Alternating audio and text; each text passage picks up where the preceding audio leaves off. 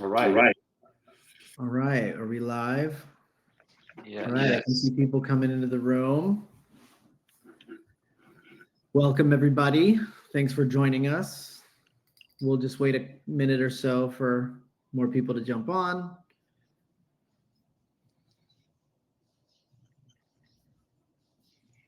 I'll just jump in by saying this presentation is meant to be somewhat interactive. And so if you guys have questions for us, we love getting questions. Please send your questions into the chat at the right, and we'll do Q&A at the end.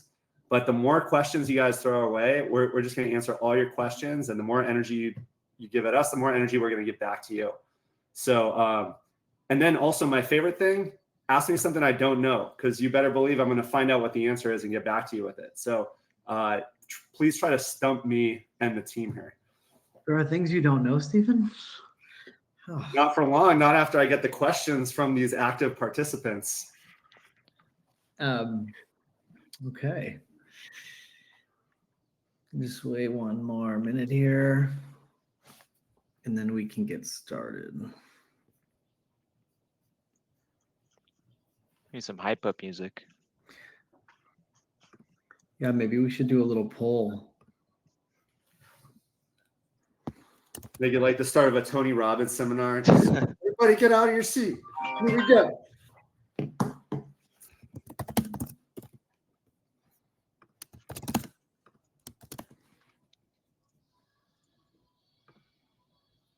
Okay, I put a little poll out there. If it's your first time joining a webinar with us.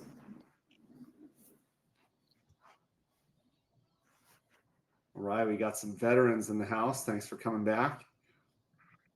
All right.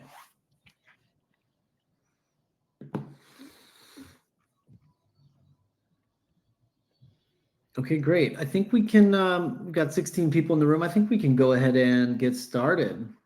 Okay, looks like a lot of you jumped on a webinar before with us, so that's great.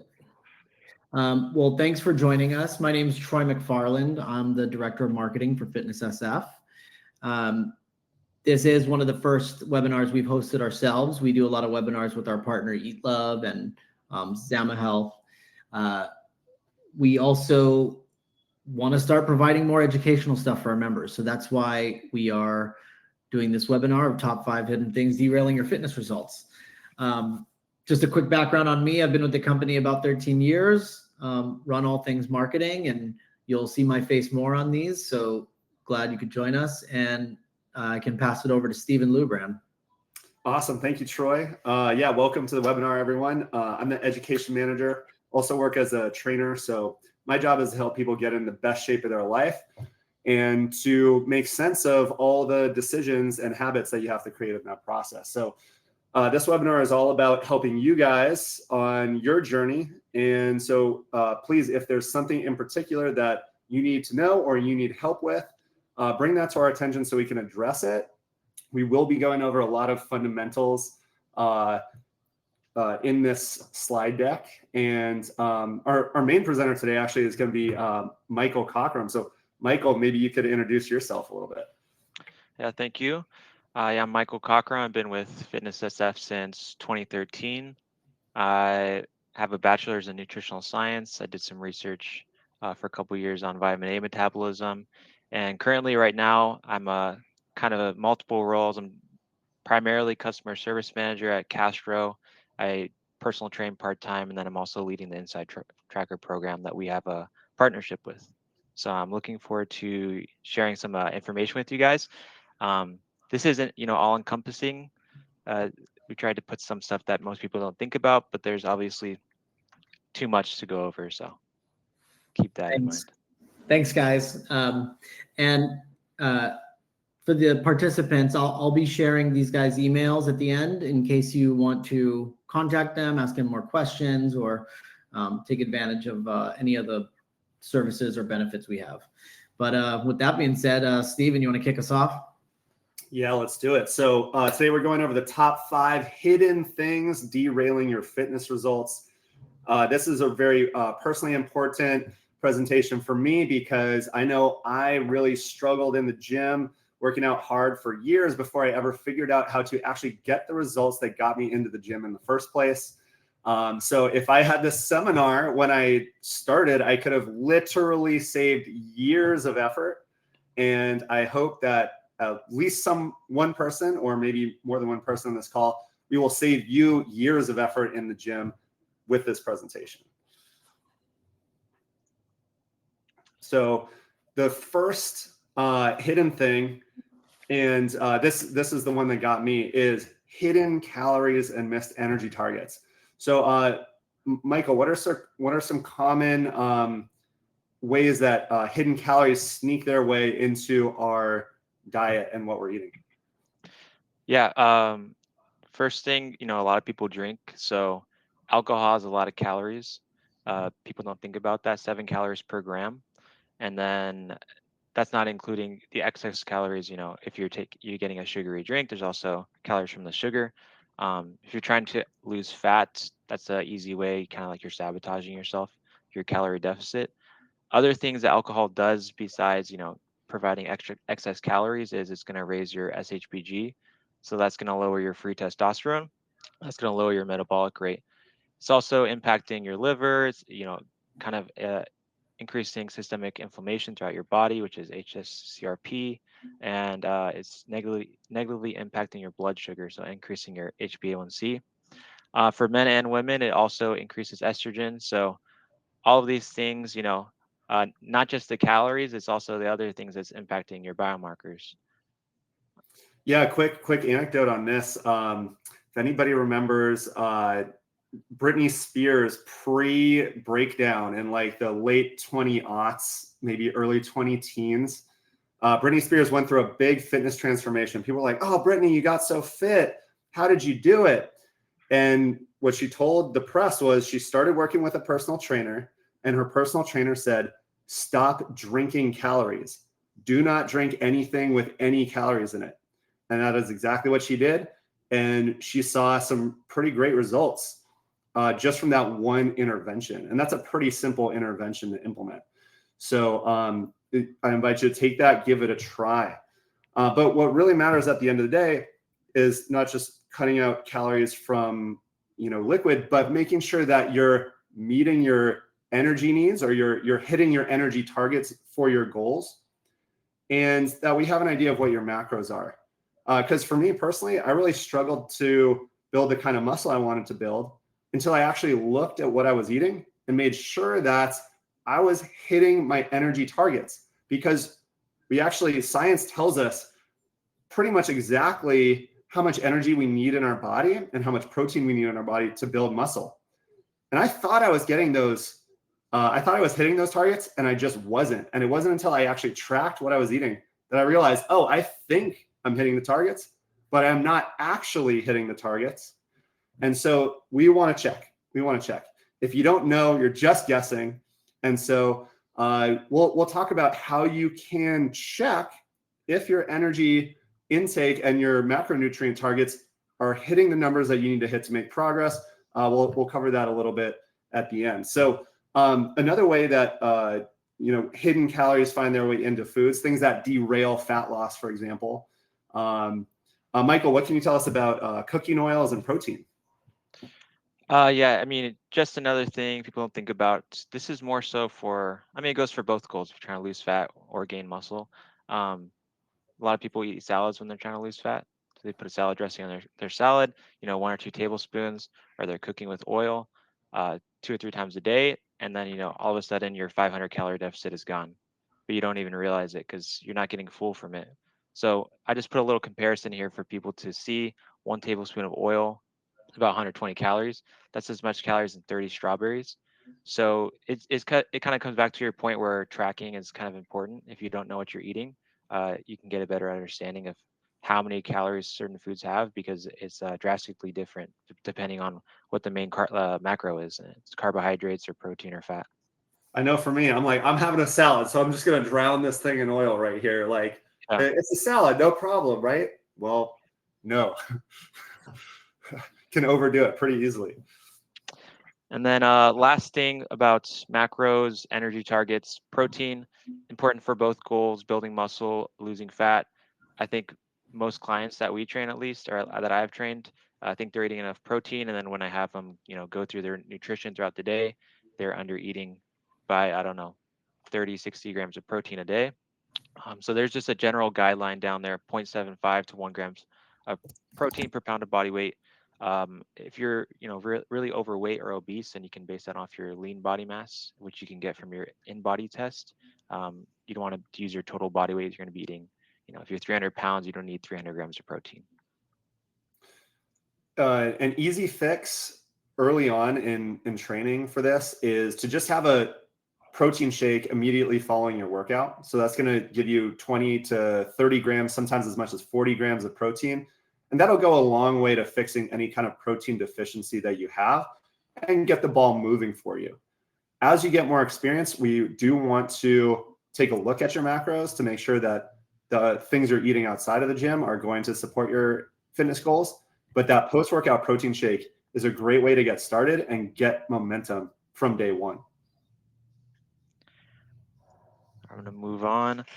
Next point, something people don't think about, lack of sunlight and vitamin D, specifically deficient or insufficient vitamin D.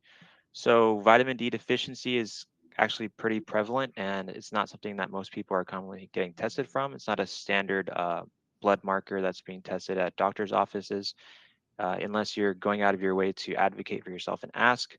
Even if you do, some doctors might say, you know what, you're fine. I don't think you have any symptoms. I'm not going to do the test. So 35% of adults are deficient.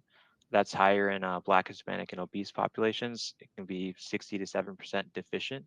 And then insufficient, about 70% of people are insufficient. It's probably higher for San Francisco just because of where we live. It's really foggy. The latitude we're at, the UVB light doesn't hit us correctly. So we don't All the convert fog as much. messing us up, man. Exactly. Come on, Plus, Carl. people are wearing sunscreen, right? And they're wearing clothing. They don't want, you want to protect their skin, but then they're also not making the vitamin D they need. So, And Michael, I have a question. Yeah. I have a question on this. So when you say I'm going to ask like a very basic question. So when you say insufficient, meaning I'm just not getting enough myself, right?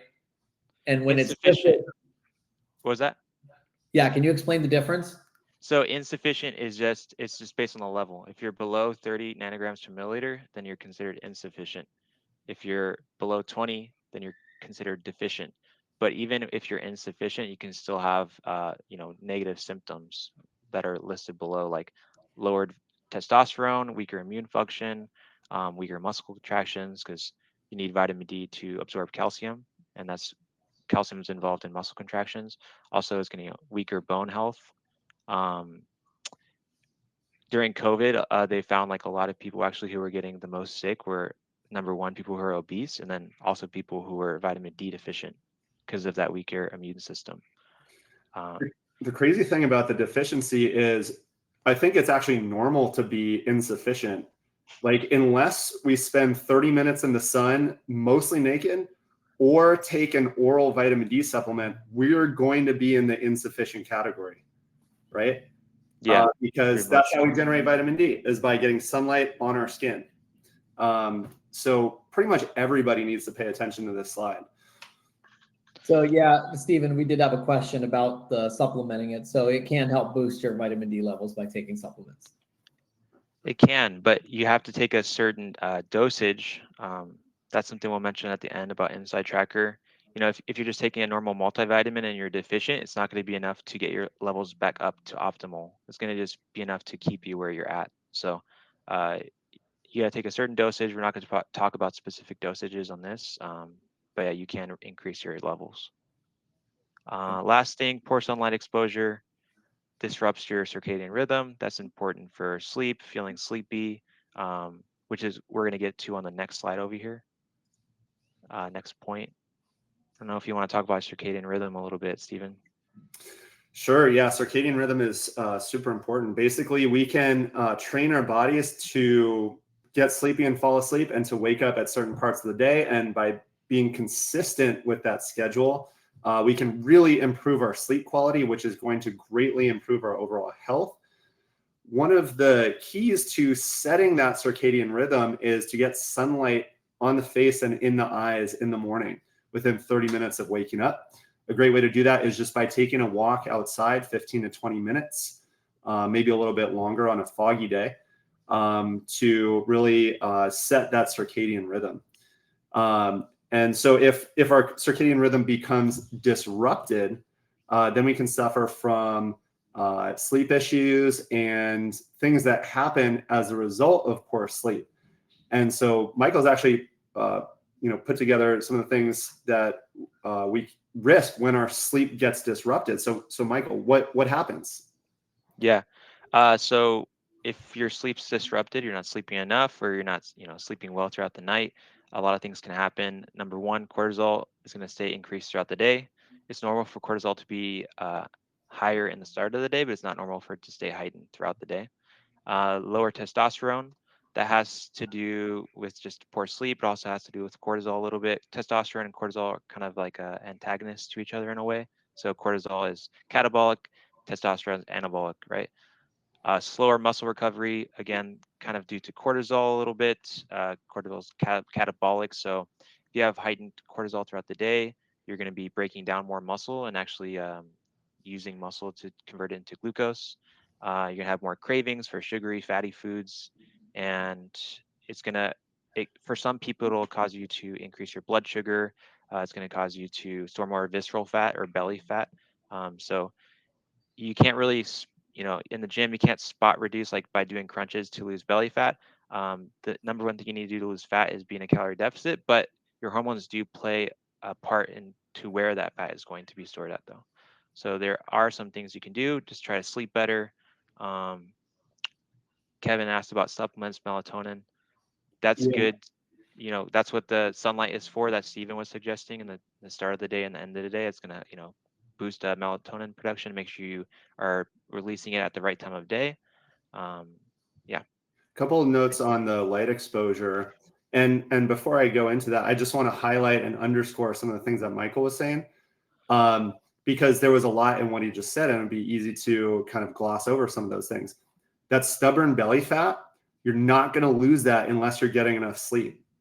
Like if you want to be your leanest, most ripped, hottest self, you got to sleep. You got to sleep more than you think you need to, so that your body is in a low stress state and you can basically release that stubborn belly fat, because the cortisol keeps it around, makes it very hard to get rid of. And so Kevin, you're bringing up melatonin. What you're talking about specifically, supplementing melatonin, we call that exogenous melatonin, right? So you're taking melatonin from outside your body, putting it inside your body, but your body has melatonin on the inside, and your body releases melatonin as you're getting ready to go to sleep, right? And so that helps you fall asleep. And so if people are struggling to fall asleep, sometimes, they'll reach for melatonin or even a sleep aid. And often the struggle to fall asleep is just due to disrupted circadian rhythm patterns, right? Like maybe you stayed up way too late on the weekend, and now you're trying to get your sleep circadian rhythm back. And it's a bit of a struggle because your body's in a chaotic state. One of the things that we really do to sabotage ourselves with our melatonin release is viewing light at night. So we're talking about how getting outside, getting light in our eyes in the morning. Andrew Huberman, hat tip to Andrew Huberman, who really champions this idea. You get that light in your eyes in the morning and you set that circadian rhythm. Well, now you're up at night. It's like 9, 10 p.m. It's time to start winding down to get ready to sleep. And you're watching Netflix, you're on the phone, you're, texting people, and you're getting all this blue light from all your devices. And that's stimulating the same mechanism that you get in the morning watching the sunlight. And so a few of the interventions that we can do to minimize the damage from that is blue blocking glasses. Most of our devices have night shift mode, where it will take the blue light out of the screen while the sun is set. That's a very important thing. So make sure to turn on the night shift mode on all your devices. And then also just having no screens 2 hours before your bedtime is going to go a long way to helping you get some pretty good rest. So for anyone here who's struggling to stay asleep and maybe you're taking some melatonin, I would start there. And then the other thing I would do is heavily audit your caffeine use. So if you're using caffeine past noon and you're consuming more than 200 to 300 milligrams in a day, that is for sure affecting your sleep. So you're going to want to cut that down. Otherwise, you're setting yourself up to have terrible nights. And that's going to really, you're not going to like that. And Stephen, you bring up something that is very important for travelers too. So I just went overseas to Asia not too long ago. And the two things, I really wanted to beat jet lag. So if anyone on this, anyone that's here right now listening, like you travel a lot or you're going overseas and you want to try to beat the jet lag, you really have to base it on when are you sleeping, how much caffeine are you getting, and then when are you putting the light in your face? Because I really had a plan and did that on the way back, and it was the best I've ever beaten jet lag. It really did work. And you're still a little tired and worn out, right? But timing all of that and timing the caffeine and everything was it worked. Those Red Bulls you brought back from Thailand didn't hurt either, right? Do you guys have any advice on tapering down water in the evening to avoid having to get up to use the bathroom in the middle of the night? This is a question from Michael. Yes. So the key to doing that is setting yourself up for success. That means hydrating during the day. So successful nighttime hydration strategies start in the morning. I recommend that as soon as your feet hit the floor in the morning, you consume ballpark 30 ounces of water. So like a good slug of water to kickstart your hydration and digestion. Bonus points if that has electrolytes in it, which is going to hydrate you better and maintain your hydration levels better throughout the day. And then you want to maintain your hydration. You want to start by getting hydrated, maintain your hydration throughout the day. And then around 5, 6 p.m., just really cut down on your liquid intake. That's going to make sure that you don't have to get up into the night to pee.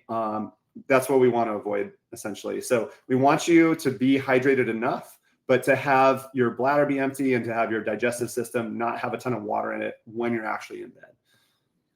And I think we also want to be also cognizant too of everybody's different. So it also depends on the person, on how, am I right, Stephen? Like it kind of depends on how your body reacts to certain things when we talk about everything as a whole in this presentation. But yeah, certainly experimentation will be important, and you should try things certain ways and see what works for you, right? Because if you don't try it, you're not going to know if it works for you or not. And different people will find different solutions helpful for sure. Sure. All right. I'm going to move on to the next slide. Still starting out with some sleep related stuff about magnesium. So magnesium essential for deep sleep. It helps you relax, helps your muscles relax. A lot of people recently, they're starting to take magnesium glycinate and having success sleeping throughout the night where they haven't been able to before. So something to consider.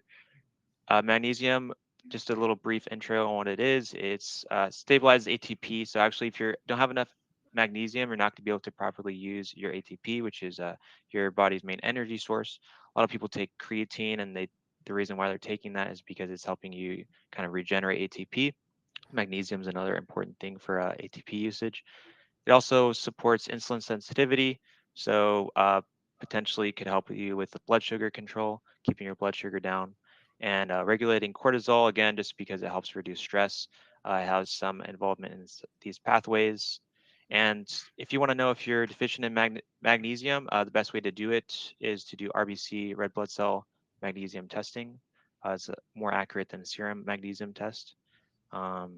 Any comments on that, Stephen? Yeah, absolutely. Let's tie this into the last slide. So yeah, there's a real connection here, which is that magnesium is an electrolyte. So, Brianna, you're looking for some electrolyte recommendations, and I'll dig into that a little bit deeper in a second. But magnesium is an electrolyte.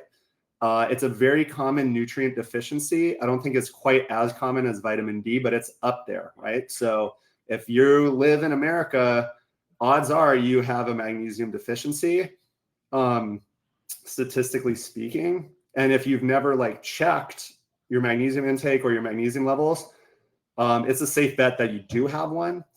Magnesium is one of my favorite supplements to recommend to people because of its side effects. One of the side effects of magnesium is that you feel very relaxed. And this makes a lot of sense when we understand the role of magnesium ions in the body. So whenever you contract a muscle or make it tight, you're using calcium ions essentially. And whenever you relax a muscle or make it loose, you're using magnesium ions. And so having some magnesium, I recommend having magnesium in the evening, maybe around 7 p.m., like right as you're starting to end your liquid intake for the evening. You mix some magnesium in some warm water, have a nice little nightcap of magnesium, and then you just enter this relaxed state right around bedtime. So you get into bed feeling like a nice relaxed puddle, and it just makes it easier to drift off and enjoy your evening rest. And actually, Troy, I think we were talking about magnesium. You were mentioning you have an evening ritual with magnesium that gets you de-stressed and really relaxed for sleep. Do you want to? Oh yeah. I mean, as soon as I started taking it, yeah, and I can only speak for myself, but I mean, it definitely works. And it's like, you know, a lot of us work long hours and our minds are all over the place. Maybe we're creative. I used to produce music and stay up all night all the time. So like my brain was wired to like want to be up and get creative. And I was like, I need to start tapering myself off. And then I found magnesium, and then I started doing that. And it really does calm, like it basically relaxes you, right? In a sense of your muscles, correct? I mean, yeah, absolutely. And Yeah. what's interesting, you can actually absorb it through your skin as well. So if you've ever taken an Epsom salt bath, Epsom salt is a magnesium salt. So you're actually absorbing magnesium through your skin in the bath, which is why Epsom salt baths are so relaxing. So that's another great way to supplement your magnesium, is to take an Epsom salt bath, and that hot water will just relax all your muscles. And, it's just a really nice evening ritual. Magnesium glycinate is good. I'm a big fan of Natural Calm, which is magnesium citrate, also works. There are some like slight pros and cons for the different forms of magnesium, but generally, any magnesium supplement will do the trick. To give you a electrolyte recommendation specifically, because we did talk about morning and evening, I would recommend magnesium in the evening. If you're looking for electrolytes in the morning, it kind of depends on your diet, because a lot of electrolytes have carbs in them, because actually having some sugar with your electrolytes does help hydrate you better. So if you're a performance athlete and you can spare the carbs, like definitely having an electrolyte supplement with a little bit of sugar is not a bad thing. You will hydrate better. Things like Liquid IV, things like Tailwind, even something like Gatorade, right? That was kind of one of the original or most famous electrolyte products. But if you are, let's say, bodybuilding or on a cut or want to lose body fat, you're going to want an electrolyte supplement that does not have any carbohydrates in it. And really the two that I know of, one I can strongly recommend, which is Element, and that's LMNT, Elements. I've actually met the founder and everything. Really interesting guy, really knowledgeable guy. And that's a great product. I use that all the time. I love it. There's another one called Buoy, which is liquid based. You just drop it into any beverage. So you can like put in your coffee or any other beverage that you have in the morning. And that's a really convenient way to get your electrolytes in. A lot of these are flavored, some are unflavored. So if you like the flavor, great. If you don't need to have it flavored. So that should cover our bases on electrolytes. I'm going to move on. Last hidden factor, low ferritin, iron, and vitamin B12. These are all things that relate to red blood cell. So iron, you need it to build hemoglobin, and you need hemoglobin to make red blood cells to transport oxygen throughout your body. B12, it supports the shape and the function of red blood cells. So if you don't have enough B12, your red blood cells are not going to be the proper shape. They're not going to be able to deliver oxygen. They're not going to be able to hold on to the oxygen properly. Ferritin, this is a storage form of iron. It's just a protein, so it's a better test to do. You can do a blood test for it to see how your long-term stores of iron are. If you have low iron or B12, your VO2 max is going to be lower. A lot of people are talking about VO2 max right now for longevity. People who have higher VO2 max, they live longer on average.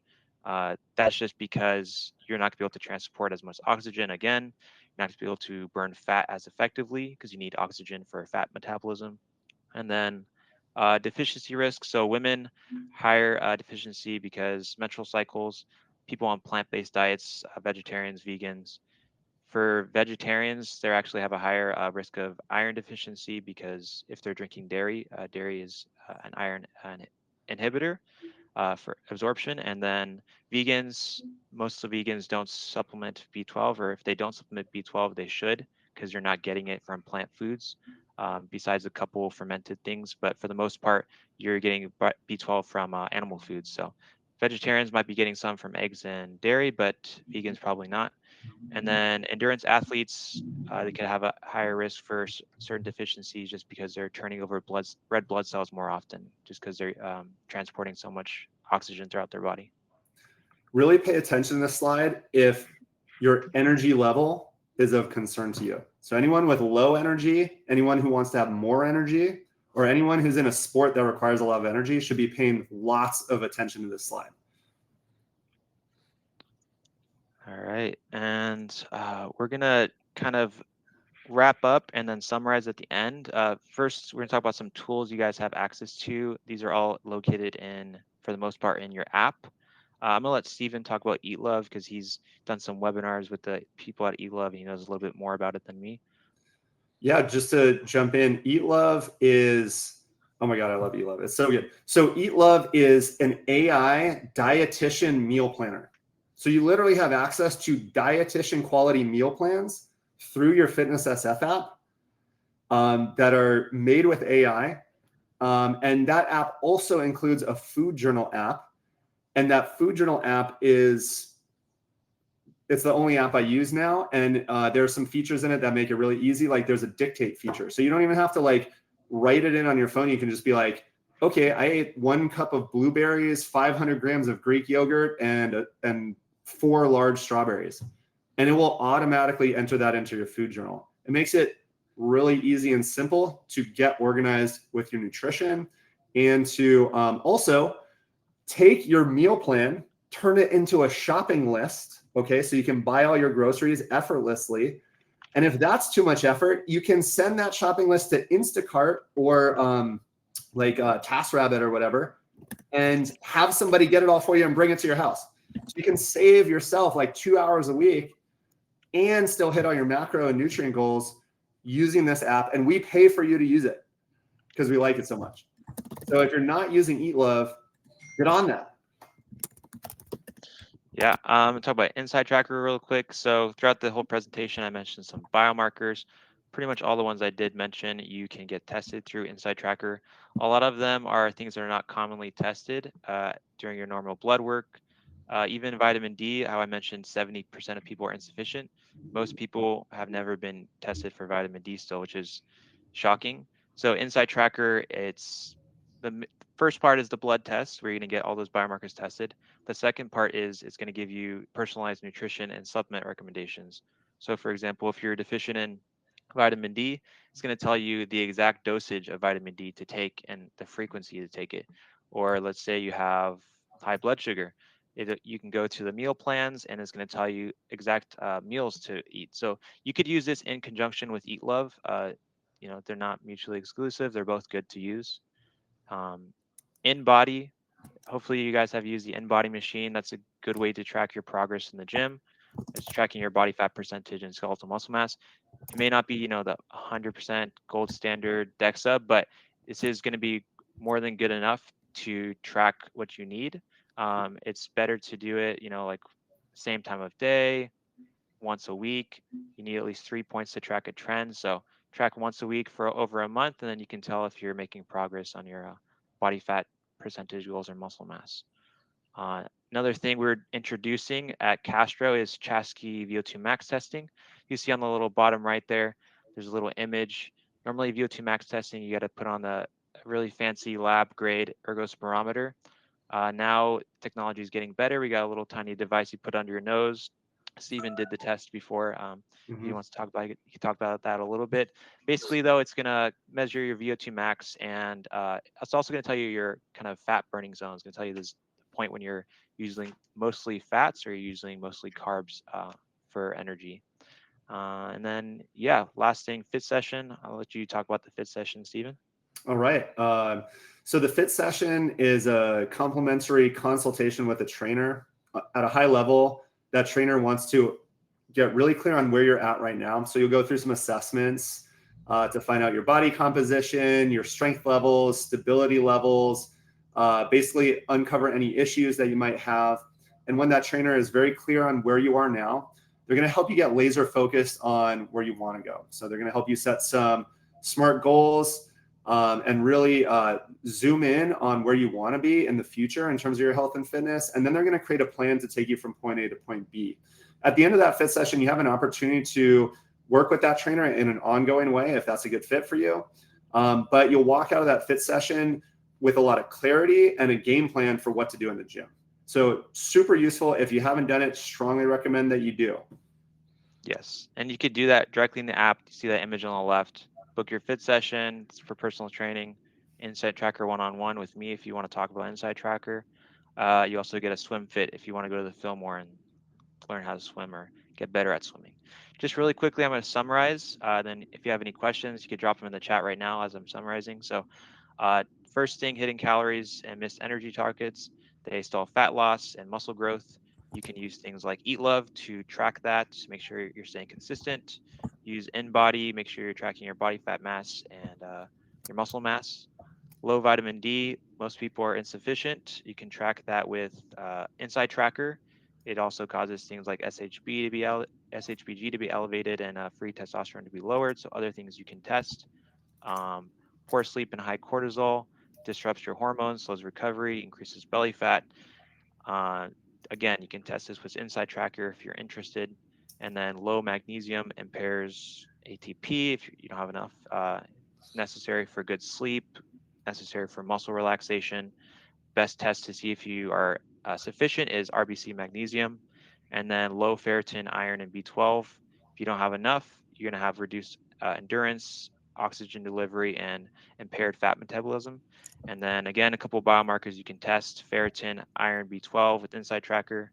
If you want to know your aerobic capacity, you can do a VO2 max test with Chasky at Castro. And that's it. So if anyone has questions, please drop in the chat. We'll stay around for a little bit and then we'll go ahead and end it. Let's see. Should anybody be done before or after exercise in a fasted state or eating? So let's look at the questions here. To answer the InBody question really quick, if you exercise first and then InBody, it will register a much higher muscle content because of the pump. Basically, your muscles will be full of blood, so it'll artificially inflate how much lean mass you have, so you won't get accurate results. So you want to do the InBody before working out. Ideally, you want to do it in the same condition each time. So if you can do it fasted first thing in the morning, for example, and be very standard about that, you'll get more precise measurements. However, as long as you do it before you start your workout, it will be precise enough. It doesn't have to be perfect. So if I want to feel better about myself, I go lift weights. Get a pump, yeah. Drop your body fat percentage 3% in 1 hour. Let's see. And then do we have any other? No, looks like there's no other questions. So thanks everyone for joining us. I'm glad, thanks for the comments. I'm glad you guys found this helpful and valuable, and be on the lookout for more of these. Yeah, we can send over this slide deck. I'm sure we'll send a recording of this and everything, so I'll make sure that goes out to you guys as well. Otherwise, feel free to contact any of us if you have any other questions or you need help with anything. We're more than happy to guide you in the right direction. Absolutely. All right. Thanks, Michael. All right. Thanks, Stephen. Yep. Thank you. Thank you, everyone. Yeah. Bye. Bye-bye. Cheers.